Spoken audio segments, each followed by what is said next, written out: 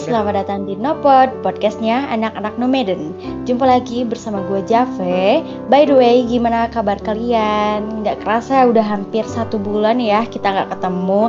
Tapi jangan sedih, kali ini gue bakalan kembali temenin santai kalian, tentunya dengan pembahasan yang fenomenal seputar kehidupan Avakin Life. Dimana lagi kalau bukan di Nopod, podcastnya anak-anak nomaden. Nah guys, jadi tema kita di Nopod episode 2 ini adalah menjadi berbeda tapi bukan untuk dibedakan. Tema kali ini mengutip dari slogan salah satu squad yang memiliki keberanian besar untuk membentuk squad itu guys. Udah bisa tebak belum siapa squadnya?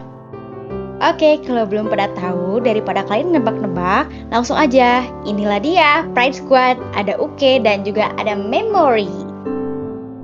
Halo Memo, halo Uke, apa kabar kalian hari ini? Hai, halo, always good dong. Hai, fine aja sih. Alhamdulillah, baik ya.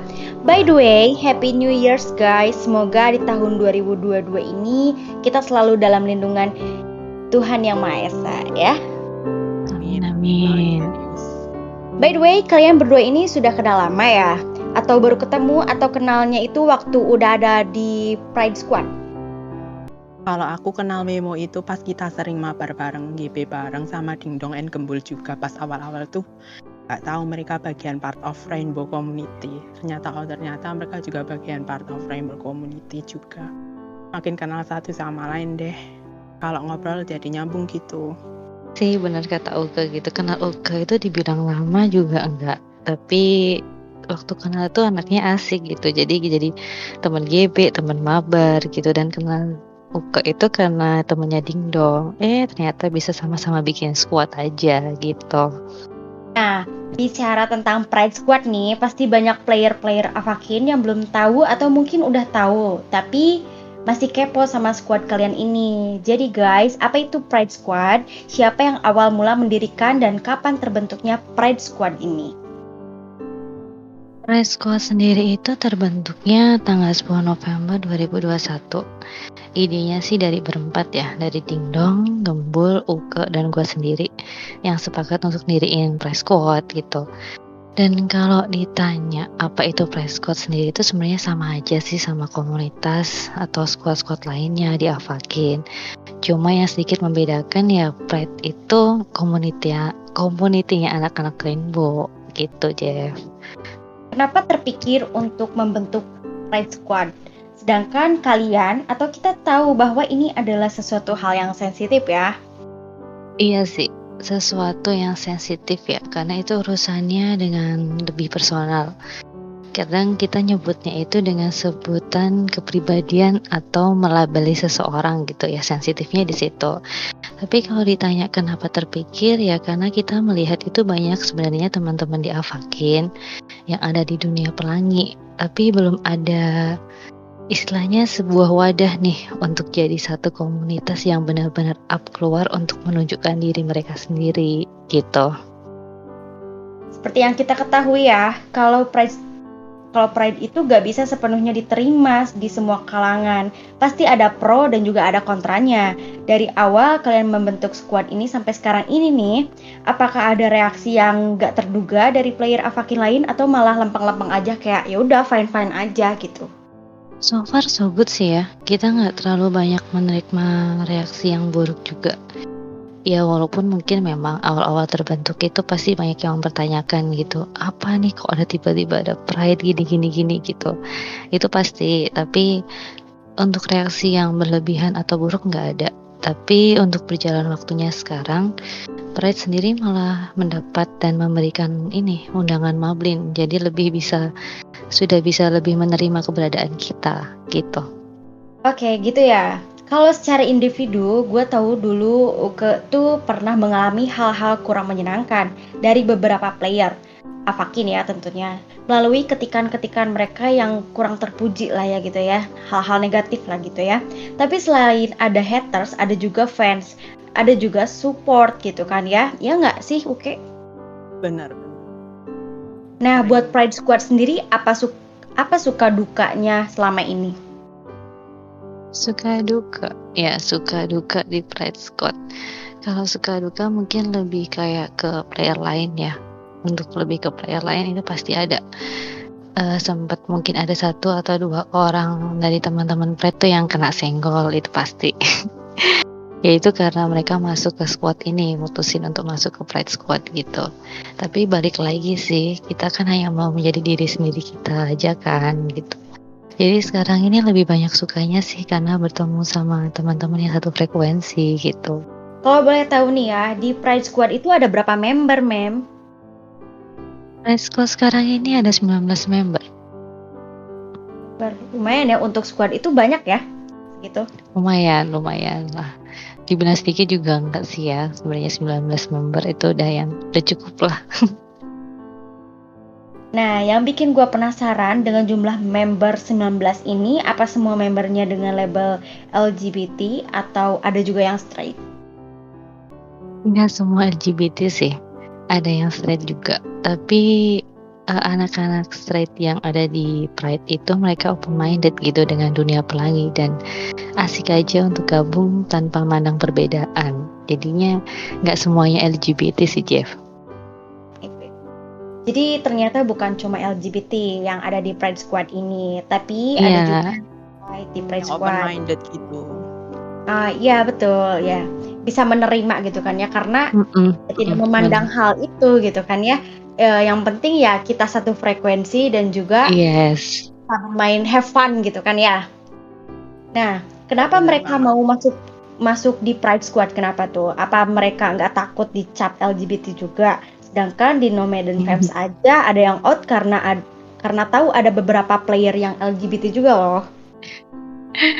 Iya sih. Sebenarnya apa ya, kalau dibilang kenapa mereka mau masuk, nggak takut dicap gitu. Sebenarnya juga kalau di Pride sendiri itu kita tuh punya komitmen gitu. Jadi di mana ada temen yang gabung gitu kan, dan mereka tuh nggak mau disebut dengan label mereka, kita tuh pasti akan jaga privasi itu gitu. Kita jaga privasinya, kita nggak akan bakal umbar ke publik gitu kalau mereka nggak mau gitu. Jadi mungkin dengan kita menjaga itu, mereka merasa nyaman aja nih jadi untuk gabung ke Pride gitu loh. Dan kalau ditanya kenapa mereka mau join dan nggak takut dicap sih, mungkin jelas ya, balik lagi tadi untuk ke open minded nih gitu. Jadi nggak melulu lah soal perbelokan gitu. Tapi di satu sisi, like I'm say before tadi, anak-anak pelangi itu menemukan wadahnya nih untuk komunitas yang bisa up ke publik tanpa mereka tuh harus membatasi diri lagi. Kalau dari gue sih seperti itu, Jeff, gitu. Kenapa mereka jadi pengen join dan merasa nyaman untuk gabung ke Pride Squad. Oke, jadi seperti yang lu bilang tadi ya, Mem, Pride Squad ini juga sering mablin sama Femmes, squad lain gitu kan ya. Yang pasti Femmes sama squad lain ini itu sudah tahu kan background dari Pride Squad ini. Nah, adakah penolakan saat kalian meminta mablin sama salah satu Femmes atau squad gitu, atau malah aman-aman aja? Kalau untuk urusan mablin sama Femmes atau squad lain, jelas mereka udah tahu ya backgroundnya Pride seperti apa. Dari nama squadnya juga sebenarnya udah kelihatan gitu. Dan untuk urusan aman atau enggak atau penolakan, sangat aman dan lancar, nggak ada penolakan sama sekali dan semoga nggak ada. Bahkan sejauh ini setelah mablin pun malah mereka sendiri nih yang excited sama kita gitu, sama Pride, karena ngelihatnya, wih, Pride nih berani untuk show off, berani untuk berbeda, dan Pride Squad emang asik-asik orangnya. Gitu. Oke. Berarti mereka kayak, wah, ternyata tidak seburuk itu kok, tidak tidak senegatif itu kok berteman dengan kalian gitu kan ya?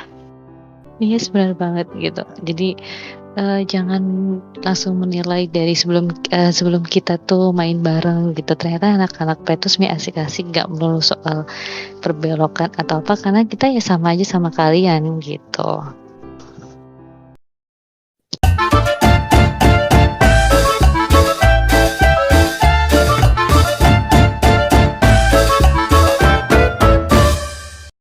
Oke Memo, Memo dan Uke, sebelum gue lanjutin lagi perbincangan kita yang sensasional ini, gue mau main game dulu nih sama kalian berdua. Udah tahu belum gamenya apa? Games dong, belum tahu. Jadi deg-degan deh. Ya ini cuma mini games aja ya. Game itu adalah Have I Never Ever.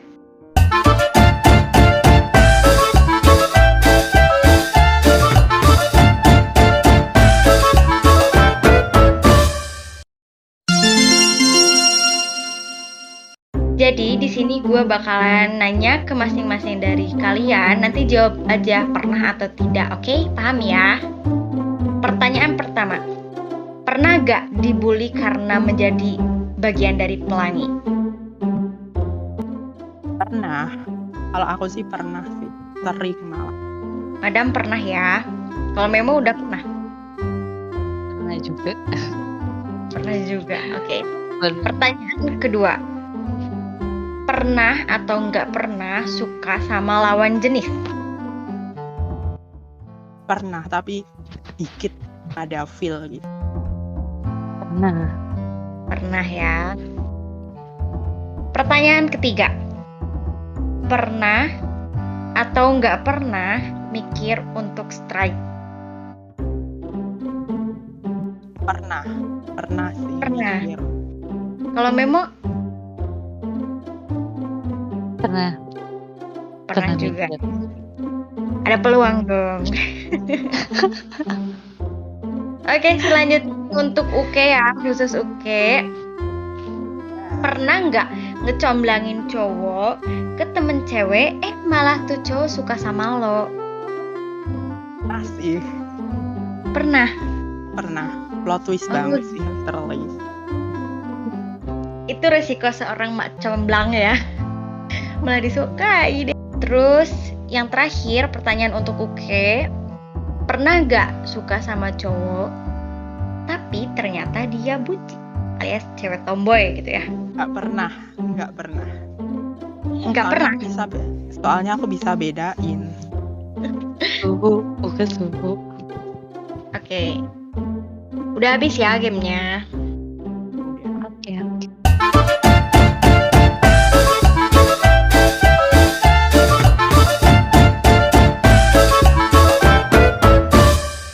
Oke, balik lagi bersama gue Jave dan dua bintang tamu kita yang kece abis. Sekarang gue mau kepoin tentang fashion di dunia Avakin Live, ya kan ya? Nah, style apa sih yang kalian suka dan yang kalian pakein di karakter Ava kalian ini? Dari Uke dulu deh. Kalau dari style Avakinku, basically stylenya berkiblat ke Korean fashion sih. But sometimes pakai western style outfit juga tergantung mood aja sih. Oh, jadi ini ya, Korean look gitu kan ya? Ya bener, Korean fashion. Ya, gimana kalau Memo? Kalau gue sendiri sih stylenya androgyny style ya, karena gue lebih unisex. Sometimes like to be masculine, sometimes like to be feminine.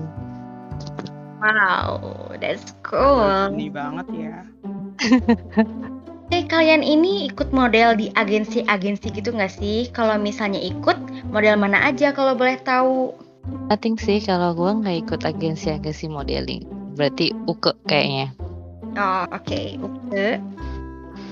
Kalau aku ikut 3 agensi deh. Ikut postur, glitch model, sama icon model sih. 3 ya? Mm-mm. Wah, kenapa suka menjadi model? Apa karena punya potensi yang kuat atau emang awalnya cuma hobi-hobi mix and match outfit gitu or something else? Kalau aku sendiri sih pada dasarnya yang membuat aku main Avakin itu kan memang karena ini game social and fashion kan. Jadi hobi aku main Ava itu ya mix and match outfit styles, terus diajakin lah ikutan si model Avakin. Ya udahlah, why not? Terus aku join deh agensi permodelan Avakin. Tuh, tapi keren sih. Emang ya, aku tuh sering lihat banget kalau misalnya outfit madam ini tuh kayak kyowo banget gitu. Bukan kyowo aja, jadi kayak bagus aja apa yang dikenakan sama madam ini kayak cocok gitu. Khusus buat Uke nih pertanyaannya, gimana perasaan Uke di fitur Avakin Official? Wow. So happy and excited banget sih, nggak nyangka bisa masuk di fitur Avakin Official. Apa sih yang membedakan style Uke sama style player lain gitu? Dan siapa sih role model Uke selama ini? Kalau role model nggak ada sih. Yang membedakan style aku sama style player lain itu lebih ke mix and match-nya sih. Lebih berani tampil beda dan pastinya fashion has no gender. Setuju banget sih kalau soal ini ya, bener Uke, bener banget. Karena fashion itu bisa mengungkapkan ekspresi kita gitu kan ya. Yes. Karena Ya, kepercayaan diri kita itu mulai Yes, dari benar-benar. pakaian yang kita kenakan gitu kan ya Uke ya. ya. Oke.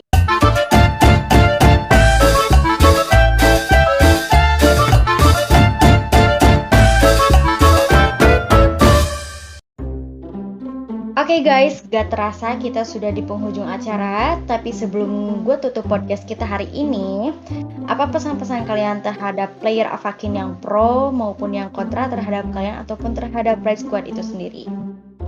Silakan Uke atau Memo duluan boleh. Pesan-pesannya sih, jangan menjadi hakim untuk orang lain, tapi jadilah hakim untuk dirimu sendiri. Menilai seseorang itu bukan hanya dari luar saja, karena hanya mereka berbeda label. Sekian dari Memo pesannya. Terus apa pesan dan motivasi kalian terhadap player-player Avakin khususnya yang pelangi? Karena mungkin dengan adanya kalian di podcast ini mereka bisa lebih percaya diri, jadi diri mereka sendiri juga. Silakan Memo. Be yourself, it's time to speak up, show yourself, karena dunia tak lagi sempit untuk melihat indahnya pelangi. Woo! Parah. Kalau misalnya Uke ada pesan? Ya, ada. Apa coba? Kalau dari aku cuman be who you are for your pride. Wih. Udah itu aja. Oke, sangat simpel tapi gitu kan ya. Apa harapan kalian berdua buat Pride Squad nih? Silakan Memo. Kalau harapan untuk Pride Squad dari gue sendiri sih, tetap stay, tetap solid, humble, asik, gila buat sesama Pride maupun ke player Avakin lain. Nah, yang terakhir nih, kasih dong pesan dan juga motivasi buat player-player Avakin di dunia fashion atau permodelan. Pesan motivasi buat player Avakin di dunia fashion atau permodelan, simple aja sih. Be different and so amazing baby with your style. Ada muahnya nggak tuh? Kalau pesan dan motivasi buat di dunia permodelan Avakin, you have to be unique and different and shine in your way sih kalau dan.